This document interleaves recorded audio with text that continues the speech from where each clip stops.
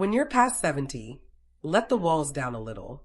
By your old friend, just sharing what life taught me.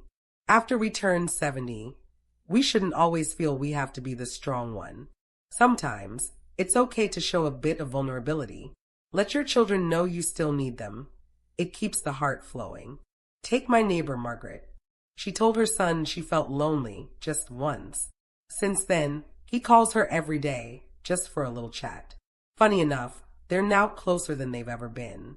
Last summer, I signed up for a beginner's calligraphy class at the community college. You should have heard the chuckles. You've never had good handwriting in your life, one friend teased. And now you want to learn calligraphy? But I didn't care. Every Wednesday afternoon, I showed up with my pen and my stubborn little heart. One class, the teacher asked us to write a personal reflection. I wrote, "It's hard growing old." The moment I finished the last stroke, I couldn't hold back the tears. You see, after retirement, especially after 70, it often feels like all that's left is being someone's parent or grandparent. Our hobbies fade, our dreams quiet down. One fellow in our community, Robert, used to play the fiddle every afternoon. Until one day his grandson joked, "Grandpa, you sound like you're sawing wood." Robert never picked it up again. I used to love dancing, but I figured at my age it looked silly, too much bouncing around for someone with white hair. Then I joined that same college, and what do you know? So many ladies my age were dancing beautifully, graceful, full of joy. Now both me and my husband John have carved out our little worlds. Every morning, John plays Blue Moon on his harmonica out on the balcony. The grandkids think he's pretty cool now. As for me, besides calligraphy, I joined the neighborhood choir. We perform once a week at the local assisted living center. When we sing old classics like "You Are My Sunshine," I feel young again. We even made a scrapbook with our old photographs. Sometimes we flip through it and remember the laughter, the awkward haircuts, the love. And last month, my calligraphy class had an exhibition. Would you believe it? My painting of a pine tree with a pair of cranes was hung right in the center of the gallery. John brought our grandson to see it. He pointed to my signature and said proudly, "That's my grandma's." In that moment, I didn't feel like just a mother or a grandmother. I felt like me again. Eleanor Jones, a woman with passions, with purpose. You see, what we elders fear most is losing ourselves. When we pour every ounce of our time and heart into our children and grandchildren and forget that we once had our own dreams, our own quirks, the soul starts to dim a little. So even as we age, we must keep a door open inside us, a room for our hobbies, our memories, our old friends. Somewhere beyond the cooking and cleaning, where the real you still dances, still laughs, still dares. Like old Mr. Thompson upstairs. He picked up painting at 75 and just held his first gallery show last fall. He told me, "You've got to keep a little light in the heart. That's how you stay alive." Let me share a few gentle truths we've picked up over the years. 1. Don't always hide your struggles. Let love in. Even if we're in good health, once we're past 70, the little things matter.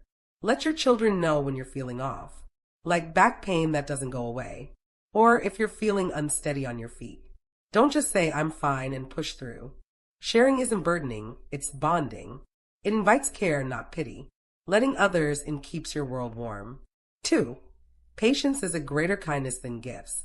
Elder parents often repeat themselves over and over again. Put on a sweater, it's cold. Don't eat too much takeout.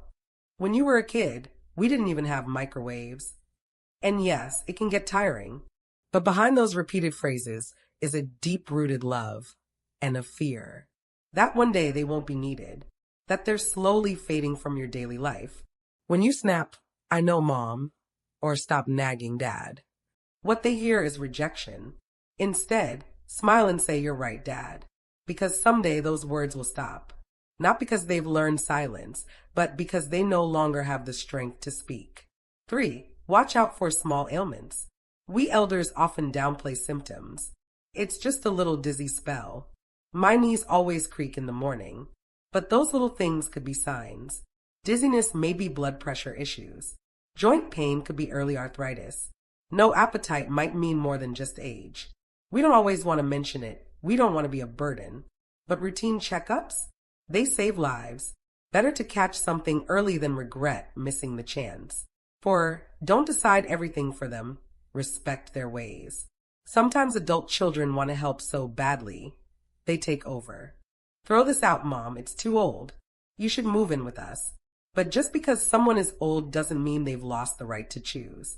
Even if it seems unwise, like going for a walk on a cold morning with an achy knee, sometimes it's worth it for the soul. Let them keep their habits, their pride, their routines. 5. Don't let them become lonely. The biggest fear isn't illness, it's isolation. A silent house. A phone that never rings. You may think, I'll visit when things slow down. But life rarely slows down. Call more often, even if it's just 10 minutes. Ask how they slept. Share a joke. Talk about the weather. These little gestures, they're not little. They anchor them. 6. Have the hard conversations, gently, before it's urgent. So many families avoid talking about end-of-life matters. Wills, health wishes, funeral plans, because it feels morbid, or because they're still healthy. But having these conversations early, with kindness and calm, prevents panic later. It's not about death.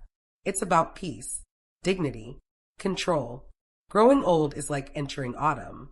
Spring is long past, summer has cooled, but autumn has its own golden beauty.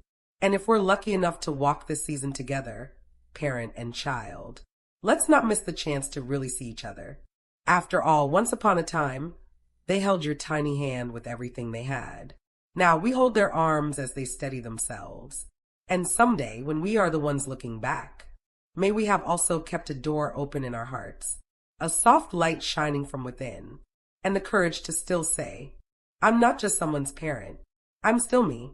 Aging doesn't mean fading away. It means living with more truth, more grace, and perhaps more courage than ever before.